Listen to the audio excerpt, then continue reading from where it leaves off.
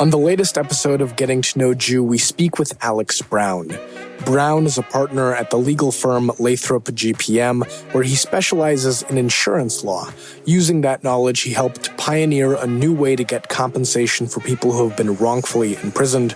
So we chat about why insurance law matters, how he came to work on civil rights cases, and why he loves the JCC.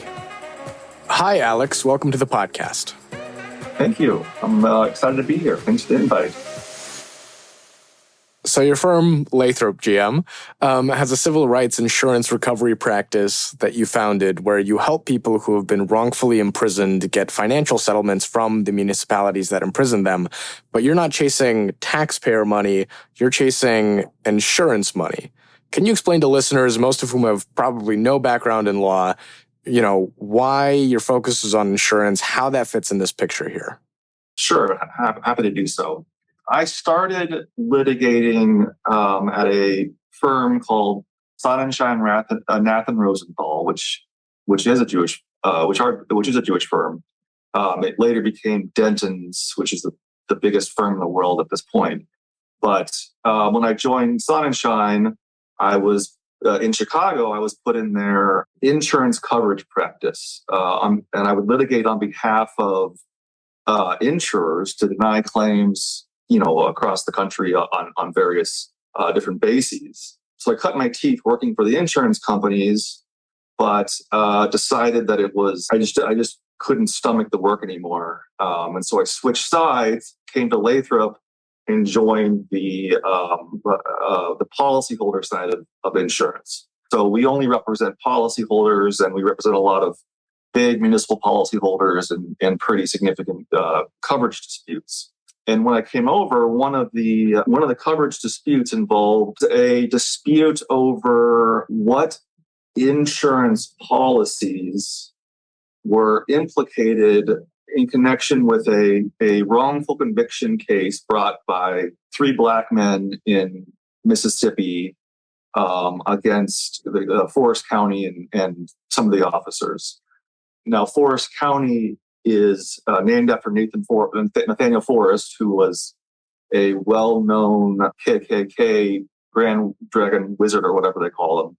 So, as you can imagine, it's a pretty small county, pretty impoverished, pretty backwards, and had absolutely no assets aside from insurance policies issued to the county and covering the police departments. And there were insurance policies in effect from basically the time my clients were wrongfully imprisoned, which was in 1979, through the date of their exoneration in 2010. So this case is kind of what we're seeing across the country in terms of you have these pretty high profile cases, oftentimes against small municipalities or cities that really don't have the litigation budget, don't have any kind of assets to speak of, aside from historical insurance policies that were issued in the 80s, 90s, and even 2000s. These are liability policies. They insure the counties themselves. So the goal was to try to figure out how to access coverage under basically any policy that was in effect from the time of the wrongful conviction through the time of the exoneration.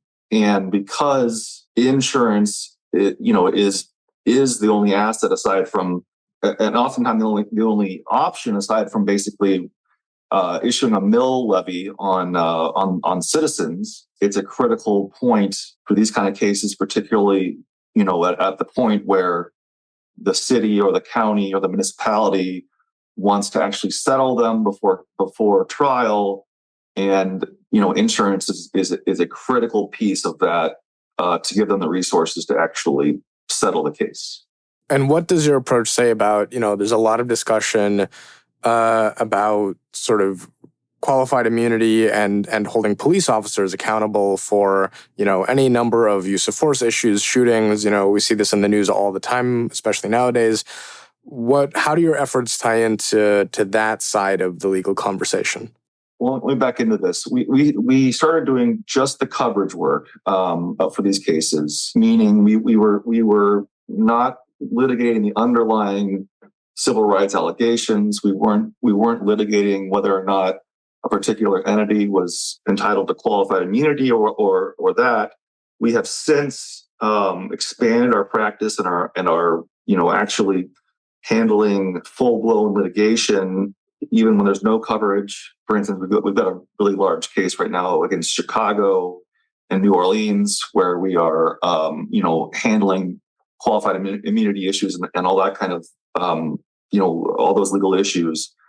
But the most complicated cases, because it involves such a long period of time between the time of conviction and the time of exoneration, we're talking like 20 or 30 years. There's, at the beginning of a lawsuit, I would say 80% of the time, the officers who are named as being responsible for the misconduct leading to our client's wrongful imprisonment will claim qualified immunity, or if they're prosecutors or assistant state's attorneys, they'll claim absolute immunity. And so, the first hurdle is to, it's a battle to convince the court that what they did, their misconduct, was not pure negligence. It was intentional or deliberately indifferent and violated a clearly established constitutional right of my client at the time that the actions happened. So that's that's definitely a hurdle at the beginning of a lot of these cases, and it's really a legal issue. So we fight that a lot. But once the counties and the officers recognize that they're not going to be let off the hook based upon immunity because what they've done was so bad that they're not afforded any immunity under the law, then it really becomes about settlement, or that's really when the fruitful settlement discussions often arise.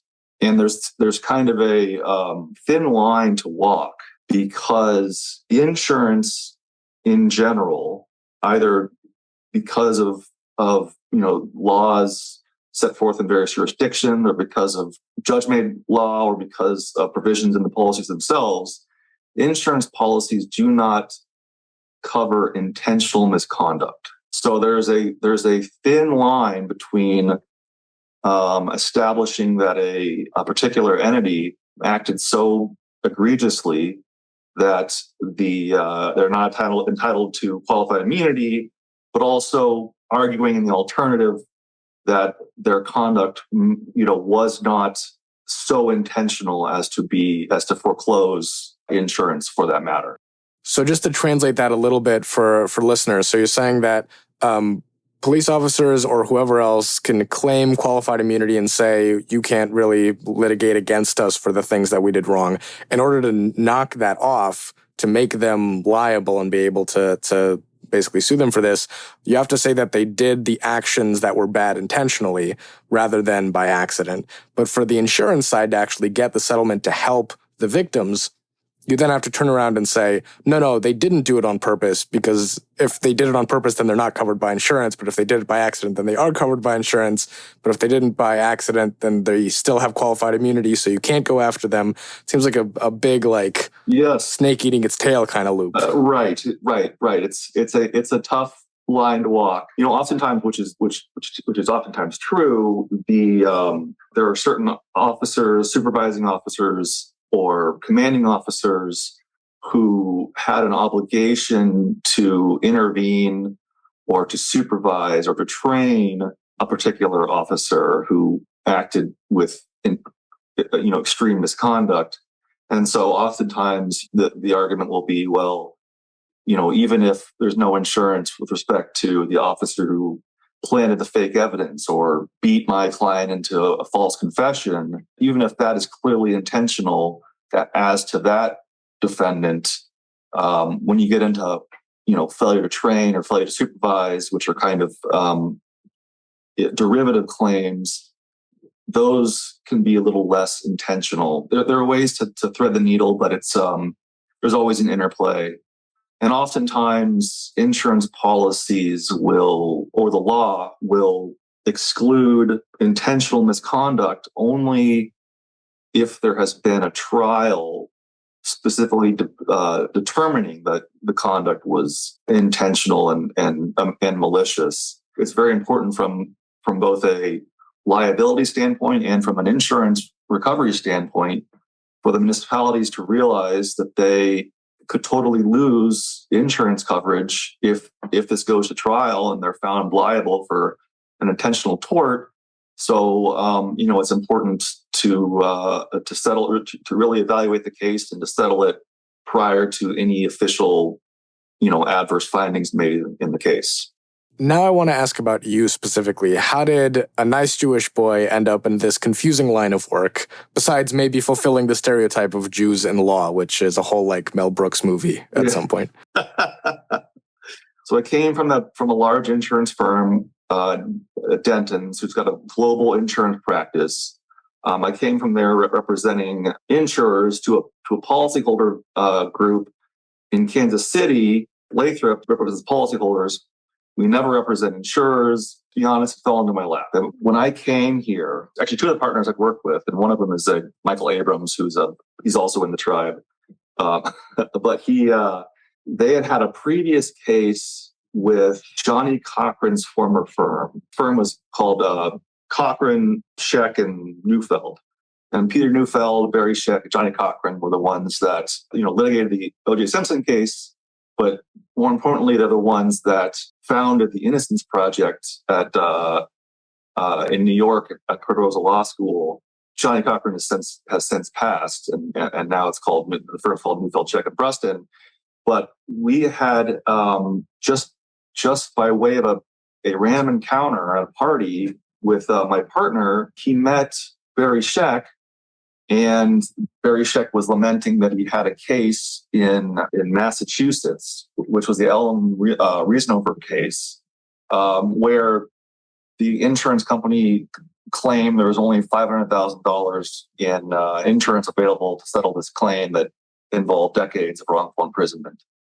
And as an aside, we're talking about, in terms of scope of damages, these cases can easily, award $1 to $2 million per year of imprisonment to these exonerees.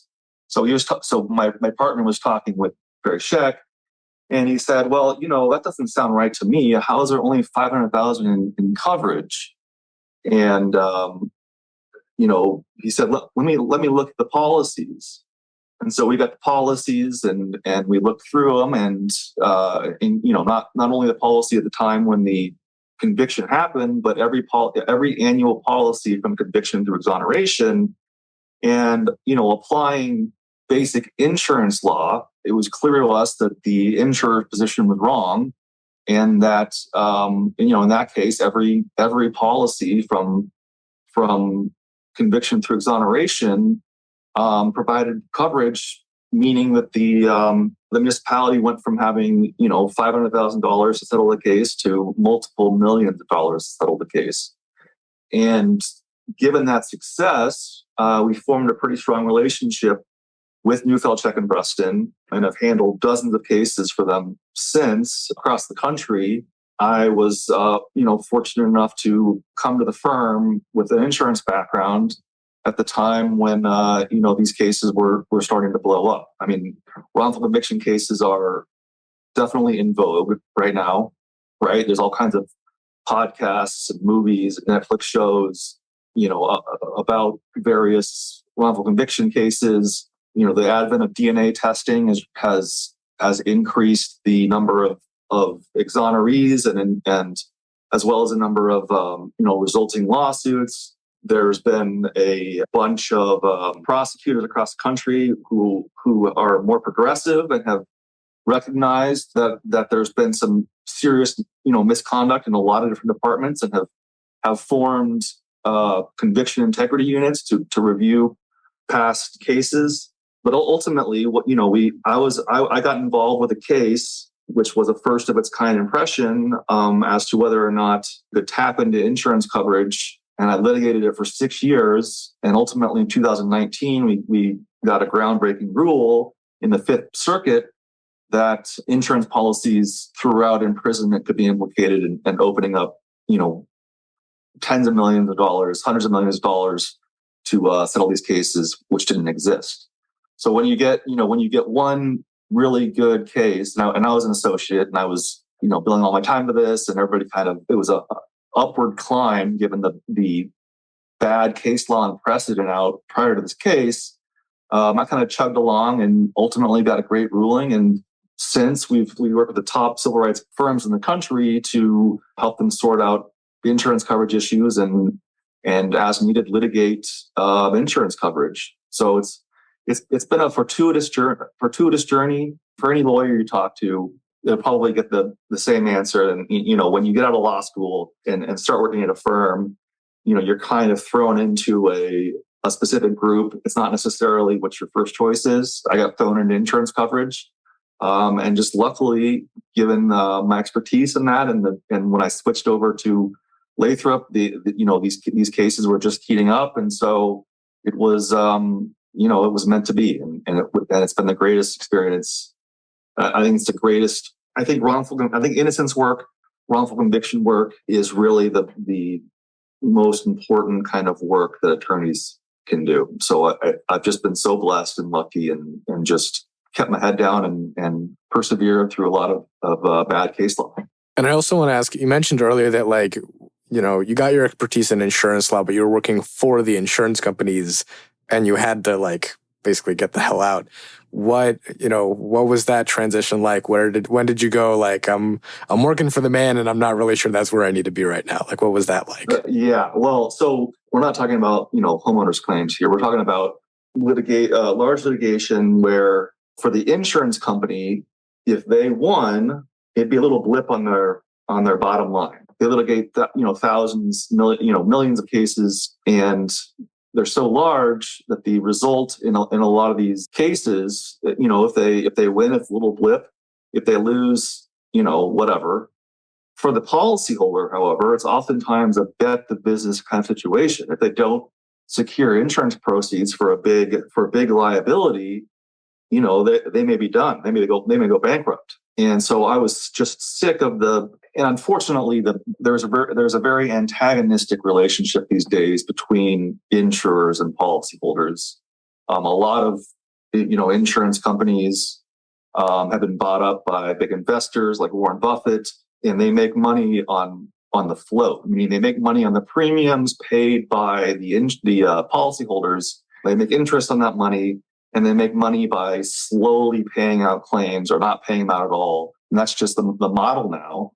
And it's just so disheartening to work for a company that is denying coverage when they should be paying the claim. And it was just a soul sucking kind of operation. I mean, I love insurance law. It's very cerebral. And oftentimes it's a binary result. It's not it's not a lot of fact finding. It's not a lot of class action stuff where both sides kind of compromise in the middle. Insurance law is really, contractual interpretation. And so there's typically a right and a wrong answer, which I loved about it. I just hated working for the insurance companies. And so when I had the opportunity to switch and move back to Kansas City, it was just the perfect situation for me. So now, speaking a little bit more of Kansas City, how does your Jewish background sort of influence the work that you do, or your interest in civil rights? It's sort of notable that along the way you've worked for different Jewish firms and sort of know other Jewish lawyers out there, obviously. But where does your own sort of personal side of Judaism come in to influence what you do? We did represent one Jewish man in New York, Marty Tancliffe, who was wrongfully accused and convicted of murdering his parents and spent 17 years in prison in New York. But most of the time, it's our clients are minorities.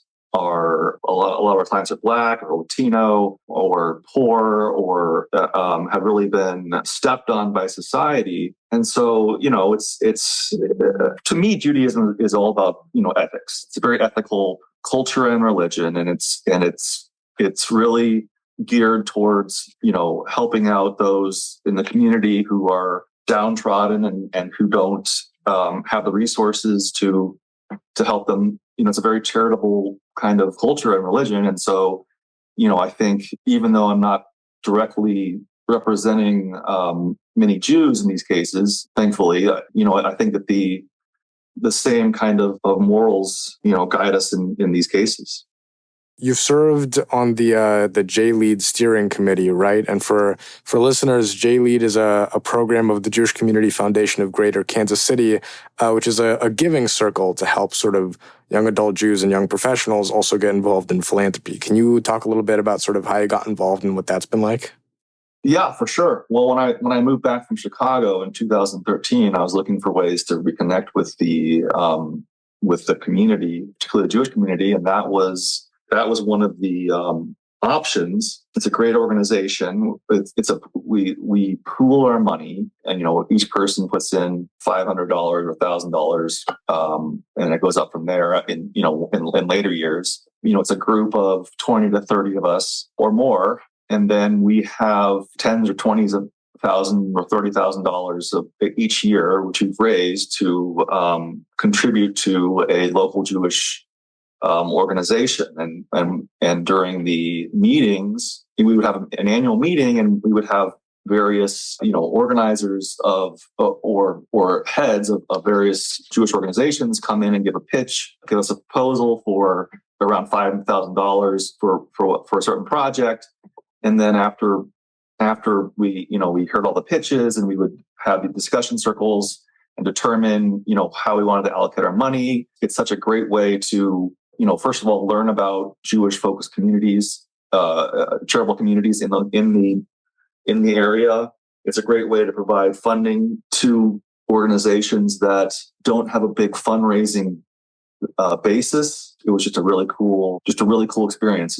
And I had no idea that there were so many different services and nonprofits in the Kansas City area, specifically geared towards helping, Jewish families who may be struggling with anything from food and basic needs, toilet paper, to organizations who were dedicated to helping Jewish families have children who needed some financial support in terms of being able to afford the expensive procedures that are required to when you have fertility problems. So it was just a ton of various cool things, and it's one of the greatest. And the meetings are held at the Jewish Community Center, so it's kind of part and parcel of that. But it's been it was a great, fantastic experience.